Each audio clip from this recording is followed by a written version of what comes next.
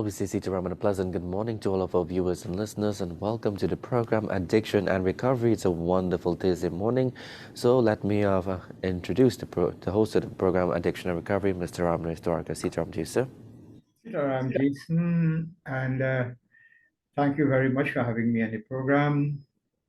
Let me join with you in welcoming all our listeners, both in Trinidad and Tobago and worldwide, who tune into this program. And it is indeed a beautiful day outside.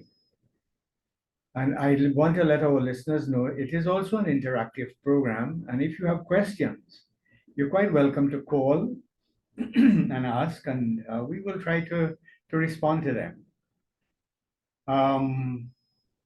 I know we have been looking at different aspects of alcoholism and drug addiction, and today I will be referring heavily from a book that is used in Alcoholics Anonymous called The 12 Steps and 12 Traditions.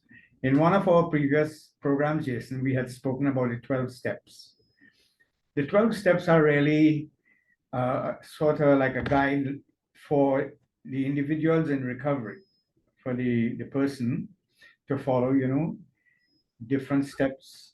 And the way it is set out, it really responds to the needs of the person in recovery. However, there are also 12 traditions that guides each group, to be able to deliver on what is their primary purpose, and that is to help its members to stay sober.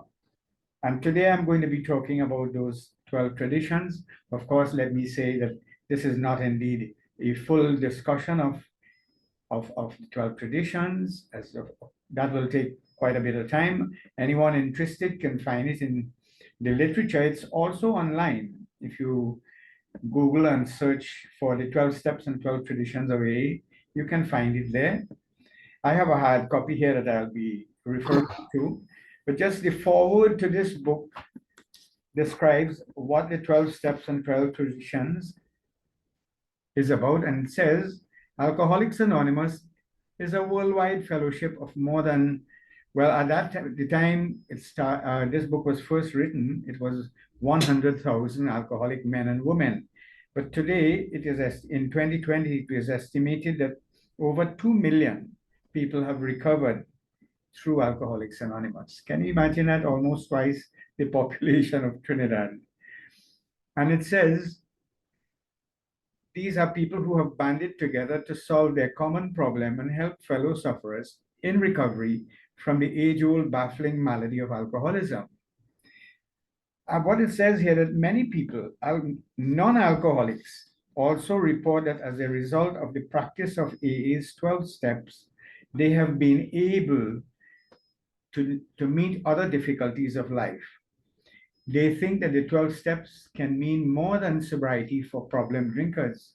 They see in them a way to happy and effective living for many alcoholics, whether you're alcoholic or not. And I have found this very, very important and useful because, Jason, not only people in recovery could use these 12 steps and follow these traditions in their life. Even people like yourself and all others who are not even alcoholics can use these 12 steps. I have found, in fact, I try to practice them to the best of my ability because I have found that these 12 steps and 12 traditions can respond to any of life's problems. Because we are not only powerless over alcohol. After I had stopped drinking, I realized I was powerless over a lot of other things. I was powerless over cigarette smoking. I was powerless over my anger. I was powerless over my ego for the most part, inability to postpone gratification. I was powerless and, impatient with people. I was the kind of person who wanted to feel good and wanted to feel good right now. And of course, that would have set me up to find a lot of use for alcohol because, alcohol can transform a person. From 1 minute, the person who was sad and depressed, in just a half an hour later and a few drinks, he's singing in the bar and he's happy. notwithstanding the fact that, it costs you a lot in the end, and when whatever goes up must come down. So today I'm going to be talking briefly about the 12 traditions that guide the groups of AA. And the first tradition says that our common welfare should come first. Personal recovery depends upon AA unity. Clearly, Jason, the individual will not survive if the group does not. As human beings, we are social animals. And one of the lead up to this program, the video that you played first illustrated a man being imprisoned. And imprisonment, that is isolation, is one of the most seen as one of the worst punishment you could give to a human being. So that what happens with the alcoholic, by his drinking, progressively he becomes very isolated eventually. And that could be a very lonely place to be. So that when one stops, put down the glass, avoid the first drink one the at a time, which is the formula, one of the first things that sets in is loneliness. Because he can't go back and line with the drinking friends and all of that. That would only lead him to go back and drink. So he has to find people who are of like mind, and this is where Alcoholics Anonymous has been found to be most useful, most effective worldwide in helping alcoholics and drug addicts to stay sober. And I say drug addicts because now we have Narcotics Anonymous as well, and we have Tobacco Anonymous, we have several other Gamblers Anonymous, Overeaters Anonymous. All these fellowships are using the same 12 steps, same 12 traditions that help them to sustain their recovery. So that, again, the group is important. And all through the traditions really seek to keep the group from avoiding problems of disorganization and disunity. So that you would find as a common thread that is going through all the traditions, that members have to put what is in the group interest first before their own personal agendas. As alcoholics and human beings generally, we have a tendency to be very selfish at times. We only think about what's in it for us, and we try to manipulate other people and even groups so that we can have our own way. And that is something that really is a common feature with alcoholics and drug addicts. They become very manipulative. They always want to have things their own way. And when they can't get it, they sulk, they complain, and of course they turn to drink, which can, transform their mindset. So that the first tradition requires that AA members in recovery think now outside of themselves. They have to become a little more magnanimous, because that tendency will also help them to be able to function more effectively in the group, in the family as a group, in the workplace where they work with other people as well, and in society. So unity is the most cherished quality in Alcoholics Anonymous. The 12 steps help the person, the alcoholic, the person in recovery, to become united in their own self. You understand? They are able to learn about their own deficiencies and tendencies, and their tendency to want to control and all of that, and have their own way. The 12 steps help one to realize those things, so that the traditions become much more easier for them when they are practicing the 12 steps of recovery. So that taken together, this ensures that AA will survive, and in fact has demonstrated that it has helped AA to survive since 1939. AA was first organized in 1939 and continues to function today. And as I say that, I live in Felicity here, and I've seen so many groups spring up, community groups and so on, to fix the road, to bring the water, for Diwali celebrations, and cricket clubs and all of that. And I've seen a lot of them spring up, do a lot of good work, but then they sort of disseminate.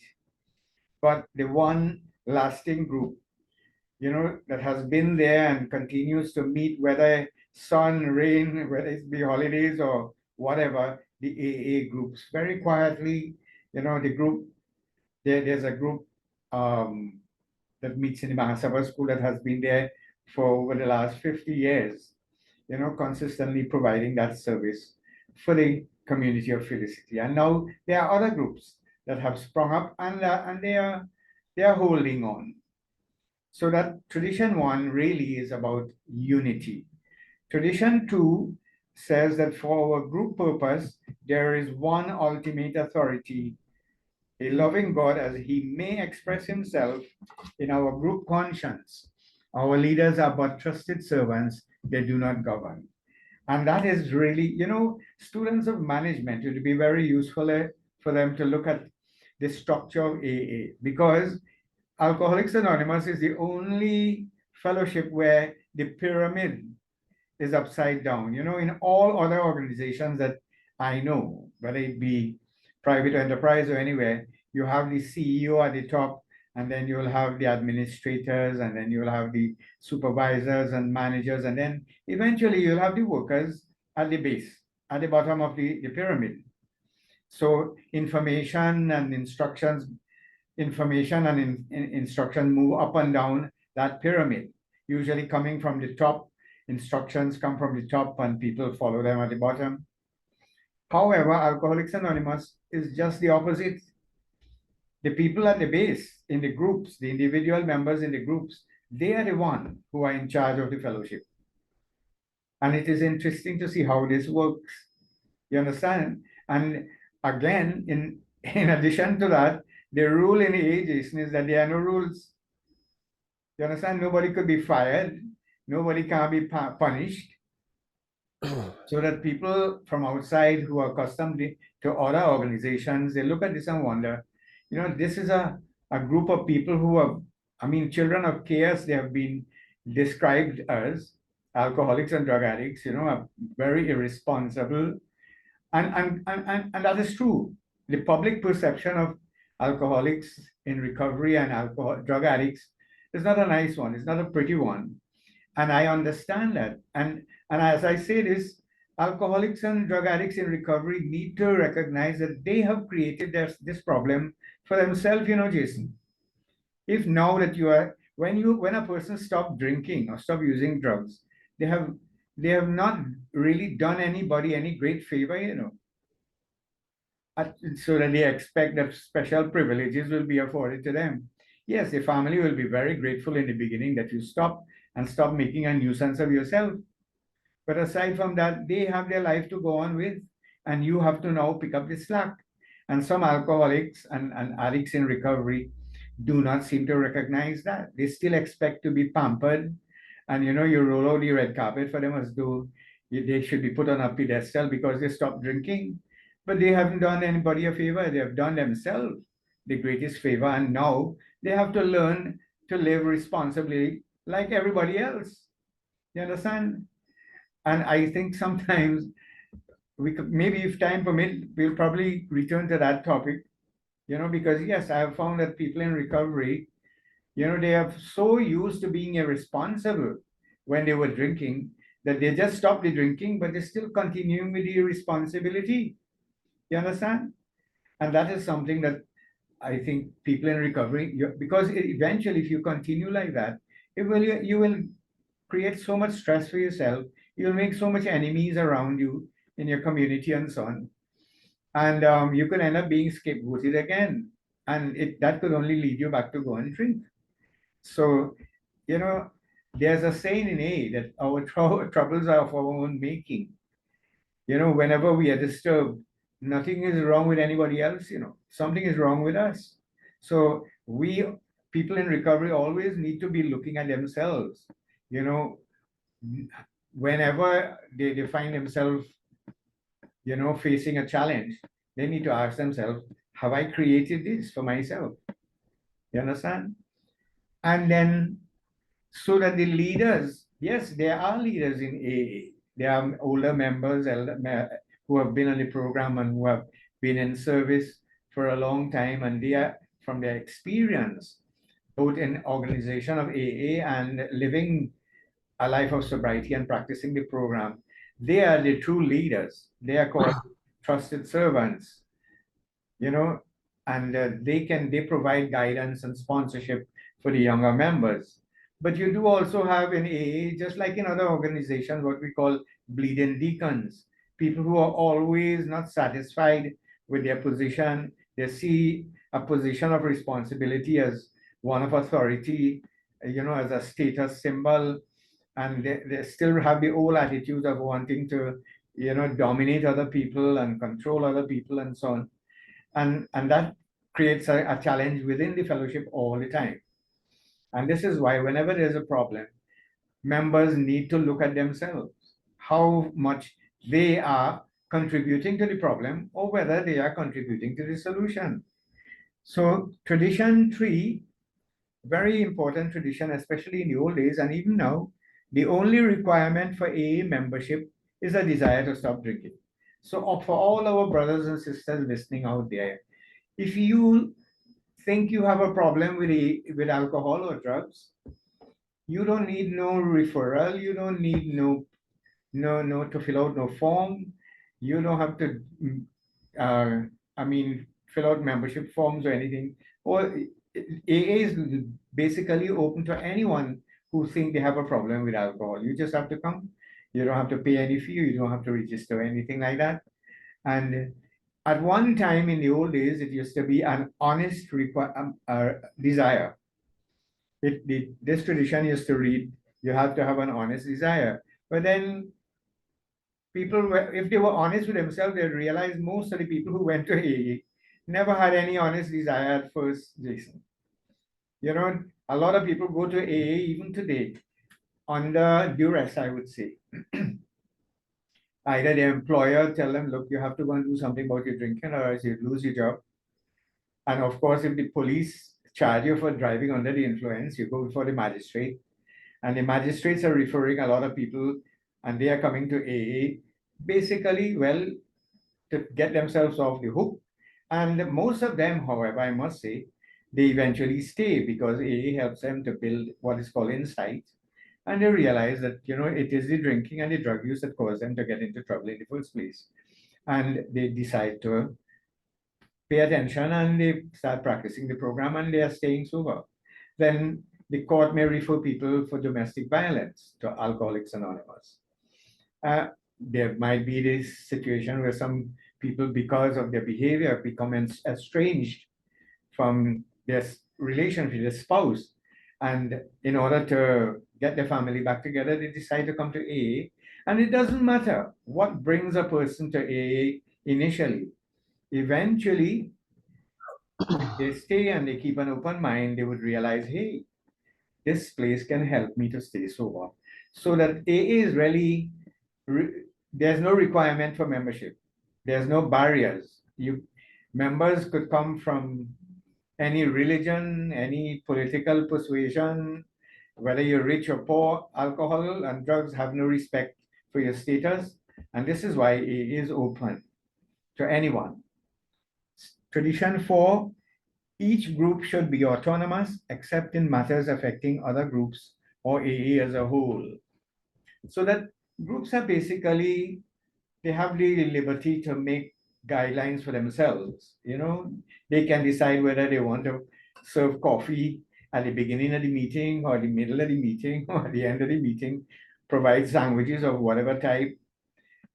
Some groups have a particular format of their meeting. Some read what is called a daily reflection at the beginning of the meeting. Some are beginners meetings, they are closed meetings, they are meetings open to the public. There are various kinds of meetings. Each group can decide, on different days, they can have a study group meeting, big book meeting, they call it, or a meeting just to read and discuss these traditions that we are talking about. So each group has that prerogative to organize their meetings and meeting times and everything as they please.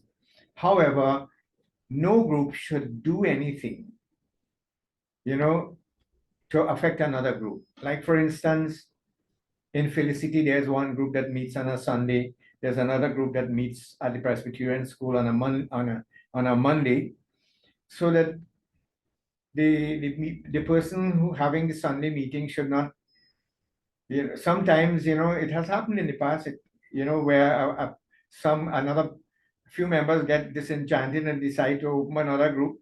They're not happy with what, not having their own way in this group. And a lot of groups have started like that and decide to go and open a meeting on the same day that the whole group was having the meeting, and to kind of compete. And now that is really breaking the tradition. You understand? Because no group should really compete with another one, because they are all about the same thing. The primary purpose is to help the alcoholics who still want to be in recovery. So that we are fortunate in Felicity here that there are, about 4 or 5 groups now. There's one at the Presbyterian school on a Saturday night. There's one at the Mahasabha school on Sunday evening. There's one at the Presbyterian school again on Monday. And there's another one at the Mahasabha school on Friday. And then there's one that was recently opened for the COVID in the farms, in the gardens down near the mangrove there. A guy had a shed that he started to have a meeting, because remember, all the schools were closed. And that, I think that meeting is still on. So that the Felicity is a community with there's a lot of alcoholism here. And this is really a lifesaver to be able to have access to a meeting in your community, especially because most alcoholics initially, they don't have transport, they don't have passage to even pay to go to other groups. And then because the meetings are held mostly from 7 to 9 in most places, it's very difficult to even travel and commute to these meetings to and from. So coming back to tradition 5, so basically a group should not, in tradition 4, should not do anything to affect other groups or AA as a whole. Then tradition 5 is each group has but one primary purpose: to carry its message to the alcoholic who still suffers. And not only for Alcoholics Anonymous, Jason, all groups, they need to make their mission and visions statement very clear to the membership. Because suppose, let's take suppose a guy, well, a lot of people, like I mentioned earlier on, they go to the fellowship, they come to AA because they were referred from the court. They were found to be drinking and driving. So they just come in to get their accreditation, a little receipt signed, so they could give it to the lawyer, and the lawyer will produce it to the court and say, look, so this person has now become remorseful for what has happened. They are sorry, and look, they are going to AA, and they're trying to, their problem was because of their drinking, and now they're going to AA and they're staying sober, and here's the proof: they are going to meetings. But a lot of people do that. Some people may do that just to get back their license and prevent themselves from going to prison or being suspended. And then once they got that would have been the main reason they were coming. And then they stop coming, and eventually, what will happen? They'll go back to drink.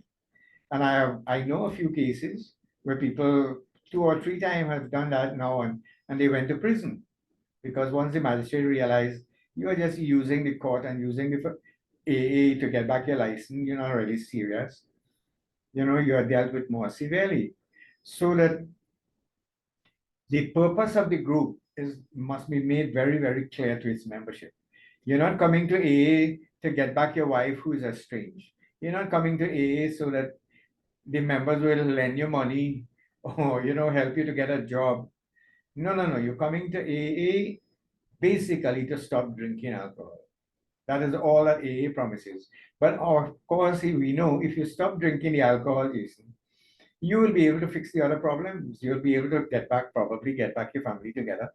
You'll probably get a better job now and keep it, so that it is very important, not only in AA, but in any group, that people understand, look, why we are coming to this group. Because a person goes to a group for a reason, that the group going to that activity promises to deliver to them something that they want. You understand? But if they want the wrong thing, like to just get back my job, or, or get back the license, then it will not last. So that although a person may have come initially, and nothing is wrong with that, came initially for that purpose, eventually I've seen the majority of these people, by attending to meetings, listening to other people, it clicks. They realize, hey, drinking was at the root of it. And if I continue to drink, because when they listen to other people talk, others will tell them how they thought, after they get back their license or whatever, their family got back together, they thought they could, and they had stayed sober for 2-3 months. They thought they had regained control, but they went back and made the same mistake again. You understand? Because once an alcoholic take that first drink, he can't predict what will happen after that. So they have to understand clearly so that they don't come to AA and get disappointed. Now, Tradition 6 says an AA group ought never endorse, finance, or lend the AA name to any related facility or outside enterprise, lest problems of money, property, prestige divert us from our primary purpose. Well, Tradition 5 spoke about the primary purpose, but yes, people can come, and there was a group that was started in the 1930s, the Oxford Group in America, to help people with alcoholism, similar to AA, but they thought that, now that people got sober, we could have schools that people can go back and do remedial education. They wanted to open health for farms and all of that because there was a demand. It was seen like this could become a big business. You understand? Where people who couldn't remain sober by going to medicine and hospital and nursing homes and all of that, we were able to keep them sober, and why we shouldn't profit from it. And that's one of the reasons the whole organization crashed, because it started to get into other things. The primary purpose of helping people to stay sober became diluted. So groups need to be very, very mindful of that. Look, make it very clear to the membership, and so that you'll never hear AA going on a political platform and saying, look, we supporting this party, or we have an opinion on this policy of the government. No. They don't get into those things at all. We have no opinion on outside issues.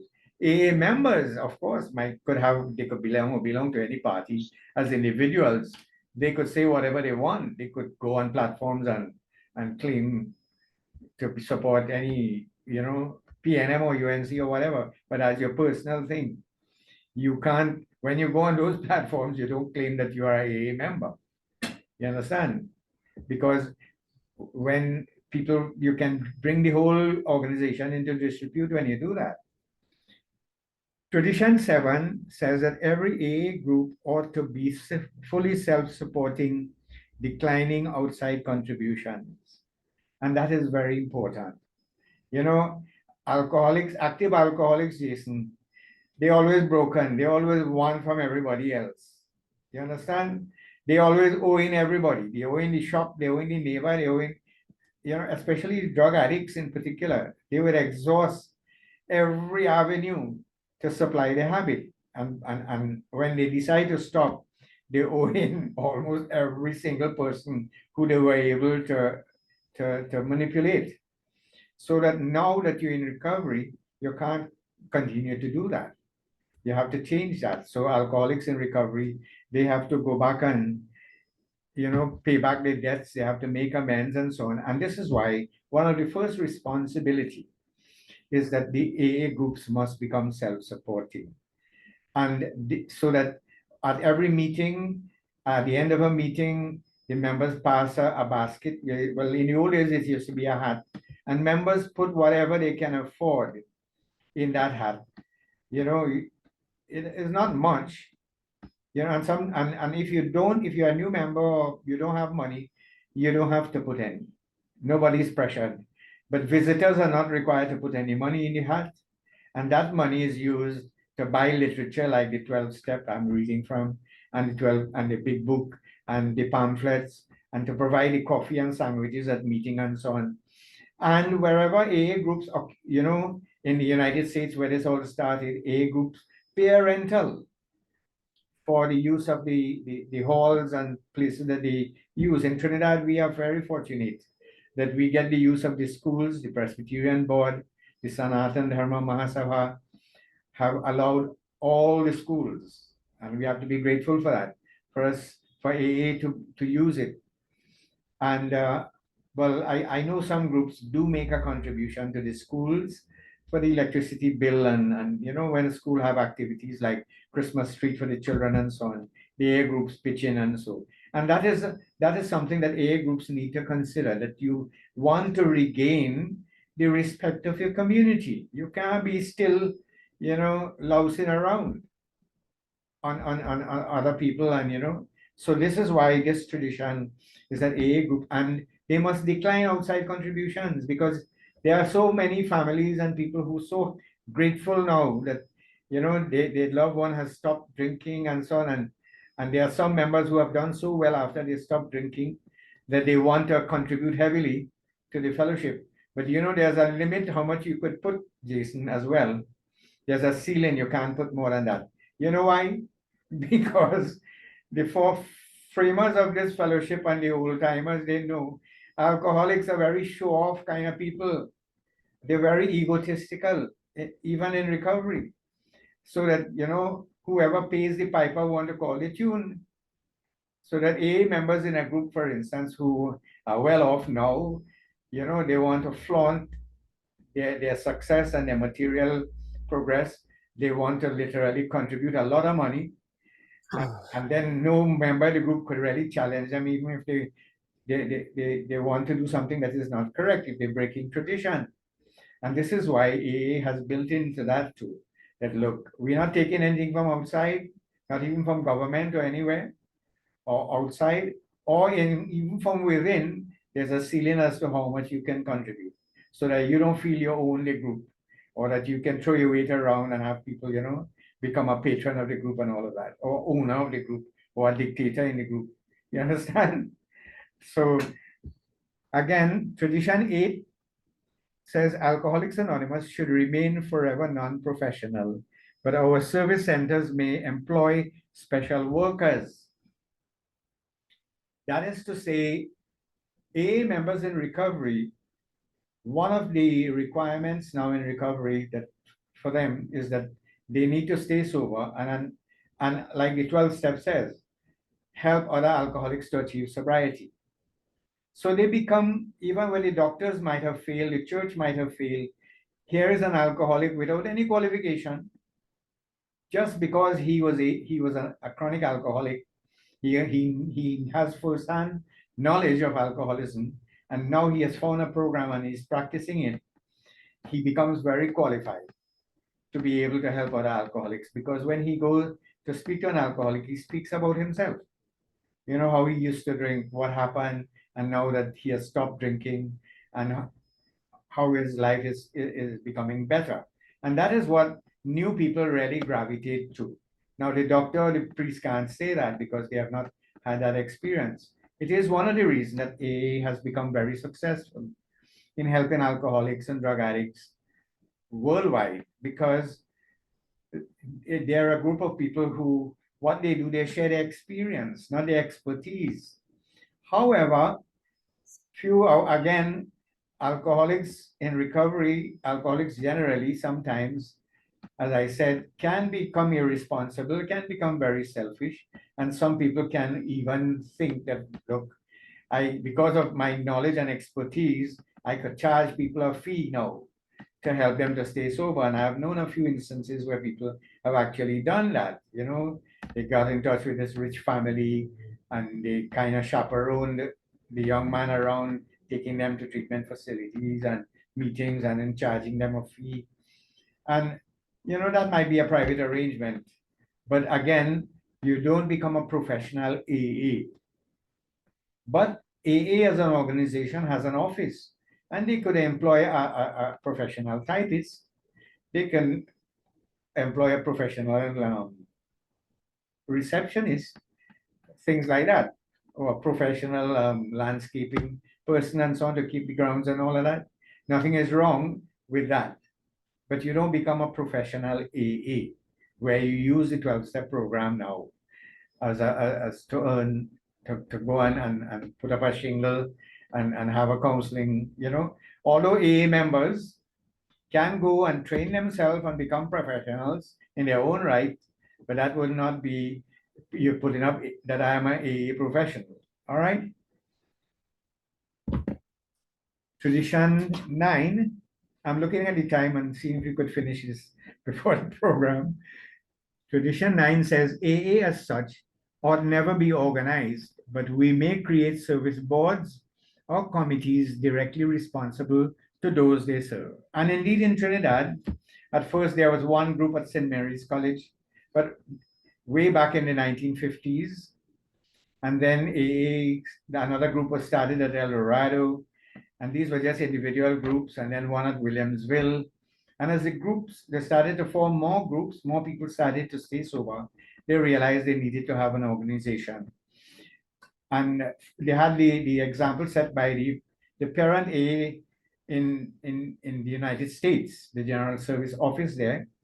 So we started having what is called intergroups. So right now there is Northern Intergroup, there is Central Intergroup, there's Southern Intergroup, and there are a few other intergroups, Southwest, that have sprung up, that organize, that groups have become affiliated to. Like for instance, in Central, you have Central Intergroup that administers to about 24 groups in Central. And these groups, the Central Intergroup has they are responsible for producing and providing literature to the groups. They coordinate activities between the group. They organize panel visits, one group to another. They organize, family days, different activities, because people in recovery are not a glum lot. Now that they stop drinking, the intergroups plans activities to show them that, look, you can still enjoy yourself without having to take a drink. So that there's a certain level of organization, even in the groups. The groups have a chairman, they have a secretary, they have a treasurer, they may have somebody called a coffee man who provides the sandwiches and so on at the group level. At the intergroup level, there's a chairman of the intergroup, there's a secretary, there's an assistant secretary, there is a treasurer, there are members for every group. They send representatives and alternates. These are 2 people from each group that goes once a month to the meeting of the Central Intergroup to bring to the intergroup any problems they may be having at the group level, and give suggestions, because they are really, as I said earlier on, the representatives are really the CEOs, as you may want to understand it, and the officers who are appointed to serve at the intergroup level are really the servants of the group. And sometimes I think a lot of people misunderstand that, and you could have conflict. So, and then there's the General Service Board in Trinidad and Tobago that is housed at Rivulet Road in Central, that administers to the various intergroups.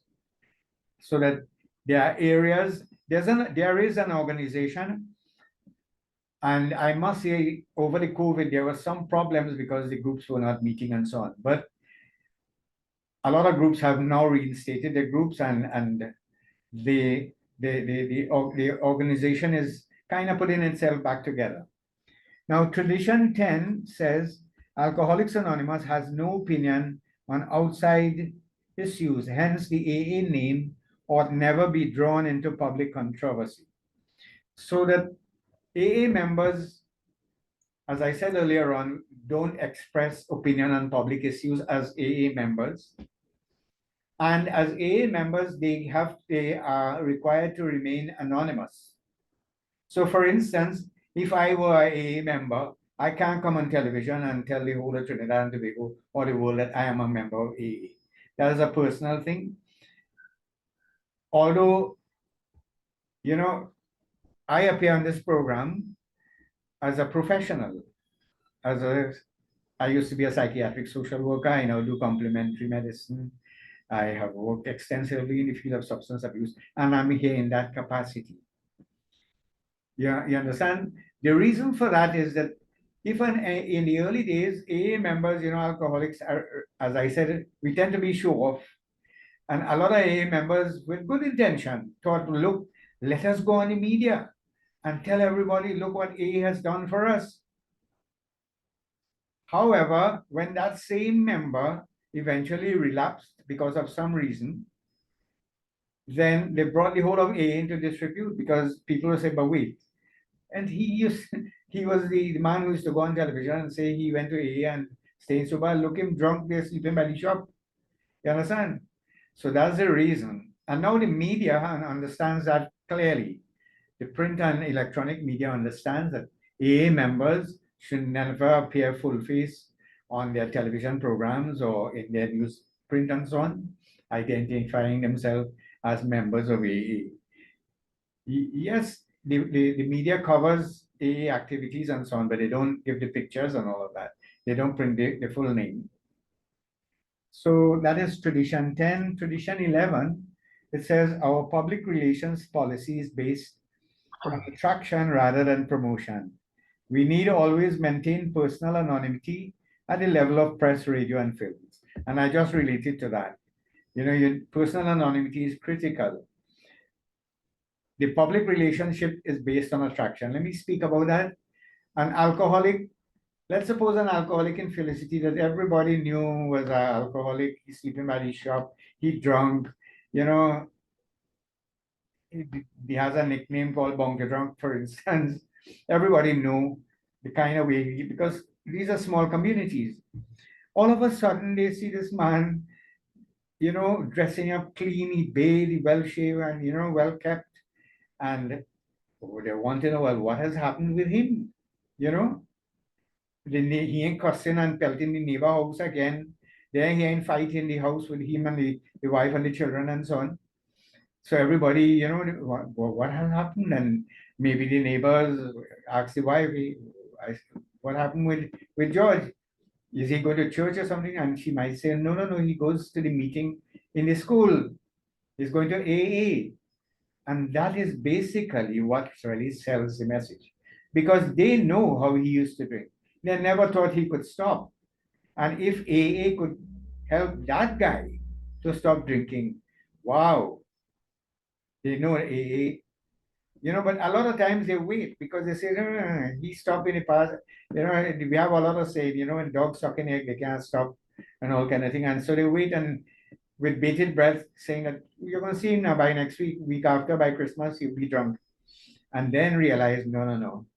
Christmas come and he's still sober and all of that. And as I say that, every Christmas, the Felicity Serenity AA group does have what is called a marathon meeting for Christmas Day. They are having their 25th this year again at the Felicity Hindu School. It starts on Christmas morning, goes through all of Christmas Day, Christmas night, and right into the morning of Boxing Day. So that the reason is that from experience, the membership knew that a lot of people who stop drinking, new people during the year and so on, a lot of them tend to start feeling sorry for themselves around Christmas time. They live in household where there's other people are still drinking and all of that. So this is to provide a sort of sanctuary for them for the Christmas, so they can come to the meeting, they can spend the day there, and they can be among people who are sober, and they can prevent themselves from relapsing. So that the attraction is really how you live after. But by the same yardstick, if alcoholics just stop drinking and still continue to be there drinking, but it's still, selfish, they're arrogant, they miserable, and they're not helpful in the community, they're still irresponsible. Now that can also bring AA into disrepute and cause the community to have, strong feelings against AA as a whole. So that AA members who are in recovery, they have to be very mindful of that putting down the glass alone is not sobriety. That might be abstinence, but sobriety really comes from being able to practice the 12 steps and 12 traditions.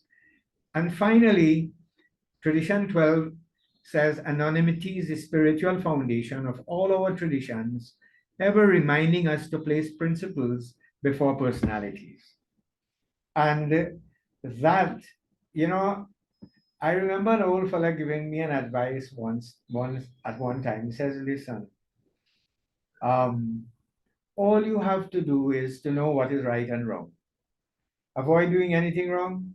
Do something good. If you get a chance to do something good for the day, Jason, do it, but don't talk about it. You know, our tendency is we want to be recognized for all the things that we do. You know, and when people don't recognize and give us kudos, we get hurt because our expectations are not met. But real humility comes from when you can do good, even when people are not looking. And that is what this tradition is about. Doing good, just like Krishna said in the Bhagavad Gita. You know, don't look for the credit in chapter 9. You know, do good because it is good to do good. Just enjoy the process, the journey. Don't worry about the destination. So that alcoholics, this is the epitome of spirituality, when you can do good because it is good to do good. When you can do good when nobody is looking. When you can do good and not have any expectations for recognition. So that I have coined my own little slogan in that respect, Jason, and I'll share it with you. That is to say, I don't take the credit for what I'm doing here or elsewhere. I don't take the credit. So I wouldn't have to take the blame. Because when you want to take the credit, then you don't have to take the blame if it didn't work out. You understand? So that it is very important for brothers and sisters listening out there to see ourselves as instruments of God's will, Jason. You know, I use a cutlass, a brushing cutlass to trim the grass. When the yard is looking nice, the brushing cutlass can't take the credit, you know. I take the credit. So too, if God used me or you, He's using me and you to do this program. And if anybody listen to us and stay sober, we really can't take the credit for that, you know. We were just the instruments. And so long as we see ourselves as being the instruments of God's will, then that in ourselves, we will not get hurt and disappointed when people don't give us the commendations like we used to expect in the old days.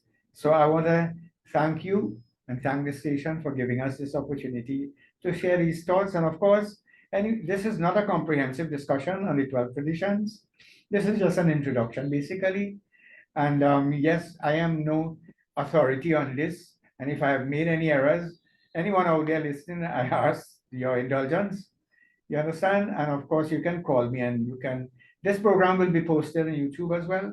You can indicate your comments in that forum as well if you wish. So I want to thank you again, Jason. Yes, always a pleasure to have you on the program, Mr. Dwarkana. Thanks again for revisiting the 12 traditions of recovery. So until next Thursday, I am Jason Glue saying Sitaram for now. Thank you very much.